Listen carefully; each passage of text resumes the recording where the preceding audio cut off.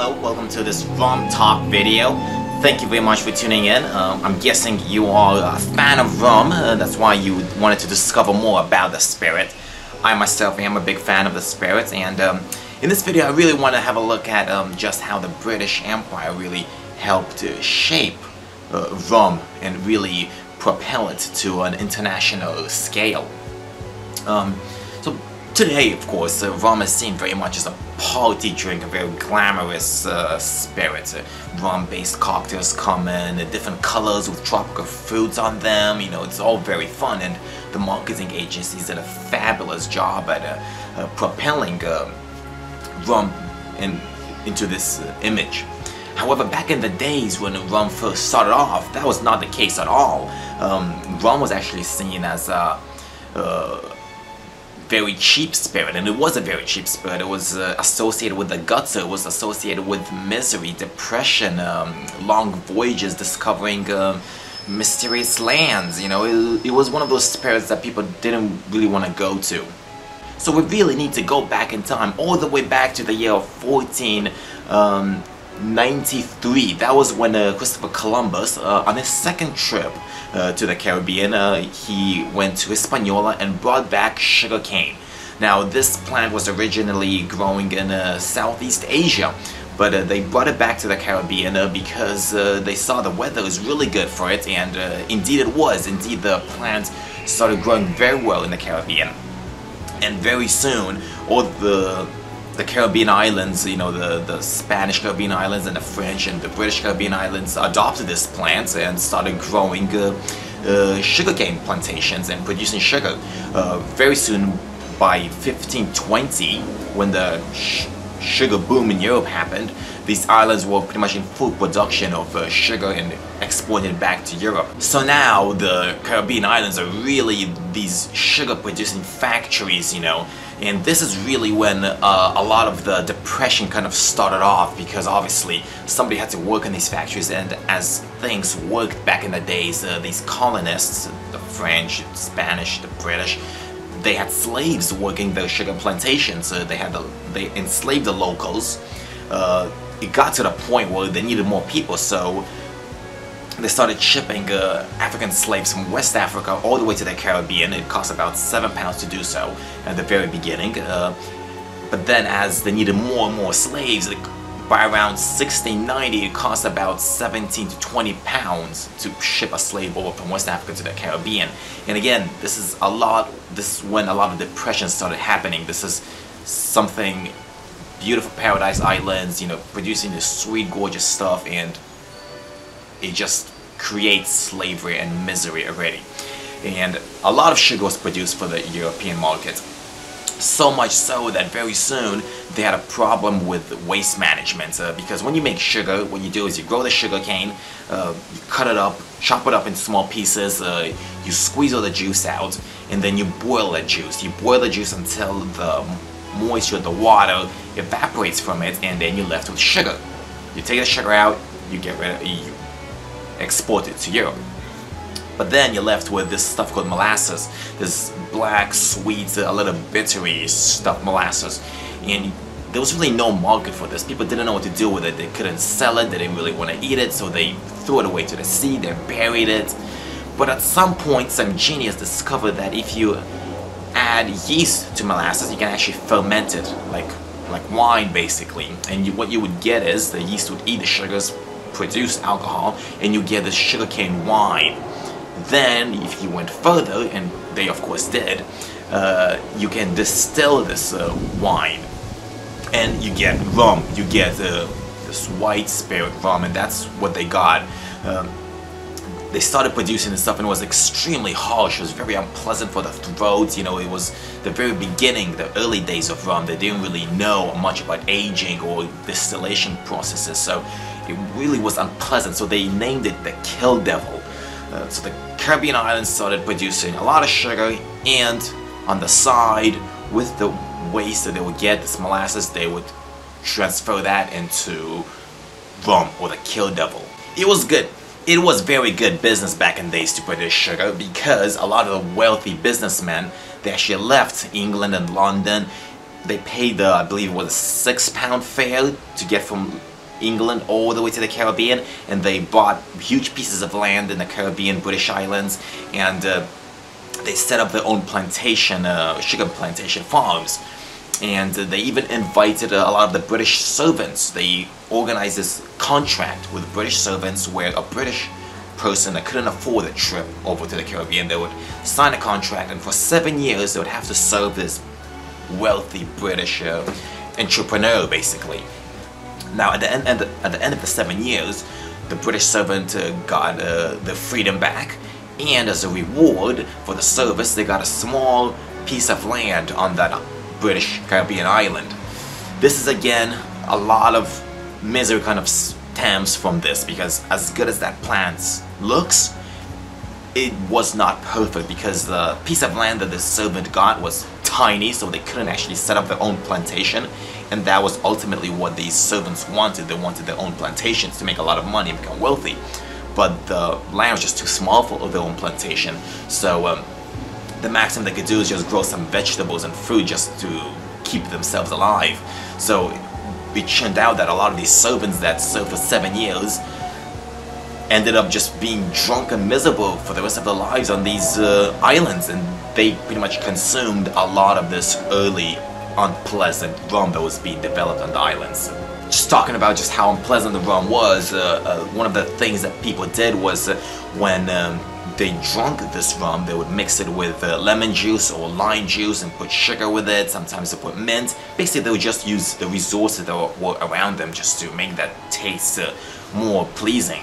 And this is pretty much how the mojito came about. I like to credit the slaves with the creation of the mojito, because there are records showing that when the slaves they would get some of this unpleasant rum, the owners would just give it to them as a bit of a reward to keep them happy, and the slaves, they would squeeze some limes, and put some mint in there, and put some of this sugar that they had a huge quantity of. They'll mix all that in the rum, and they would drink it. This was of course done in the island of Cuba. It was only later on in the modern days when this basic version of the mojito came about when it came to the United States. And for the tourists to glamour it up, what they did was they added ice and they added some soda water to it as well. So that's, I like to say that that's pretty much how the mojito came about. But there are other versions that you can follow if you like, but I like to follow this version right here. So now we are slowly approaching the year 1625, and this is when the British did what they did best back in the days. They took Barbados away from the Spanish, and then later on in 1655 they also took Jamaica from the Spanish. And what they acquired was these two big islands in the Caribbean, and with that they acquired tons and tons more sugarcane plantation islands. So now with Jamaica and Barbados plus all the other British islands, Britain was producing a huge amount of sugar for its own empire and for the European empires. And with that, they were producing a lot of rum. Rum was still being produced just on the side. There was still no market for it. People didn't really buy it. However, very soon in 1655, when the British took Jamaica, they realized that this spirit is very cheap, and what they can do with it is they can use it on the British Navy, because back in the days the British Navy, they would have this tradition of giving rations to the sailors. Every single sailor got twice a day a ration of beer, but on long voyages this was not great because beer would go off, so they needed something that would last and handle long voyages. And rum turned out to be perfect because there was so much of it being produced in the Caribbean. It was just so cheap as well, and it didn't really matter that it was so unpleasant to drink, because the sailors just mixed it with lime juice and lemon juice and put sugar in there and water, so it became drinkable just fine. So if you just imagine back in the days, the British Navy was humongously huge and powerful, and it sailed all around the world, so it needed a lot of rum. And this was a huge boost for the rum production back in the days, because what the British basically did to support their own rum productions on the Caribbean islands, they started sourcing rum from the different British islands. And they would blend that rum together and create what they called British Navy rum. for the sailors, and twice a day they would give it out to every sailor that was over 20 years old. And this again was a massive boost for rum, because now suddenly the rum producers got this amazing market to sell their rum to. One of the interesting things that the sailors did when they got the rum, they wanted to see just how strong it is. Are they being shortchanged?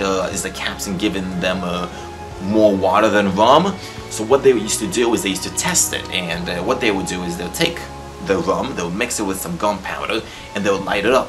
If it just lit up on a fire and just burned calmly, that meant it was proof. Now, if it was proof, that meant it was about 57% alcohol, which was good, half rum, half water, pretty much. If the rum exploded, not a massive explosion, but quite a small explosion, then that means it was overproof, which meant there was too much alcohol. And if it was underproof, that means there was too much water, so it just didn't burn. You wouldn't be able to light it up, and that means the sailors got shortchanged. And that was just the way of testing the ABV in the drinks back in the days. Quite an interesting way, really, I thought. So now, if you imagine the years about 1655, British Navy enjoying this rum that the islands are producing, and the sailors, when they travel around, they take that rum with them, they take it with them back to London as well, they introduce rum to London, and now this really helped rum develop, because when it comes to London, it comes to on this global scene where a lot of wealthy people are, they start playing around with rum, playing around with the distillation methods, aging methods, and this really helped propel the quality of rum. By about 1800s, the quality of the British rum really started to improve. So much so that the French and the Spanish, which had the islands, the Caribbean islands neighboring to the British, started seeing, well, actually, you know what? We're really missing out here. We're really missing out on the huge market. We can be selling our rum as well. And that's actually an interesting question, like why weren't the French and Spanish selling the rum in the first place? Well, the answer is basically because back in Spain and back in France, you have a lot of brandy and wine producers, and they had strong ties in the local governments, and they were threatened by rum, because they thought if Spain and France started getting these imports of rum, then it's going to take away the market from our own wine and brandy. People might want to switch to it. So in Spain, what they did was it was illegal to distill rum, and that, of course, just rum wasn't able to develop. If you can't distill it, then you're just not gonna develop rum, and that's why the Spanish really never really played that major part in development of the rum.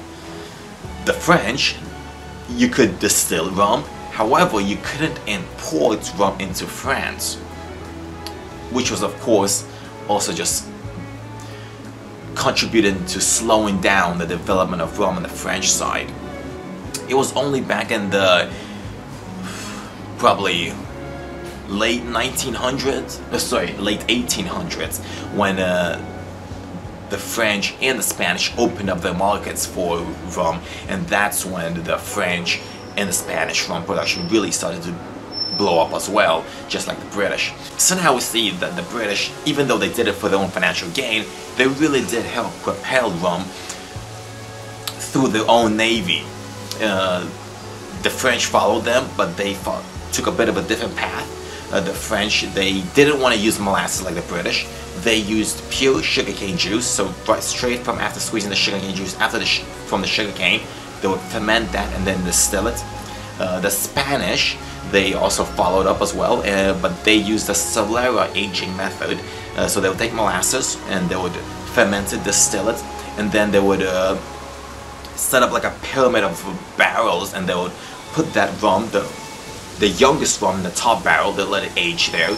Then they would slowly pour that away into the barrels below that, they would age it there, and then they would pour it even lower down and let it age there, and that way it would mix with older rum, and that's how they would age their rum. They believed that was the ultimate way of aging it. So there was a bit of a difference in development of rum between the French, Spanish, and English. Another interesting fact about the Caribbean is that when you age rum though for 15 years, because of the hot and humid climate, it really speeds up the aging process. So rum that's been aged for 15 years in the Caribbean is equivalent to 45 years of aging of Scotch whiskey up in Scotland. That's I thought that's another interesting point. So there you have it, basically my short little rum talk. I hope that kind of inspired you to kind of look differently on the spirits, and let me know what you think. Let me know if you agree with my points, if I missed anything out. Again, this has been interesting for me to read, just how the British really contributed with the Navy, with the openness, with the entrepreneurial spirit even, into this wonderful spirit that we have today, and how the French and the Spanish kind of followed the British way, the British path. Anyway, thank you for watching.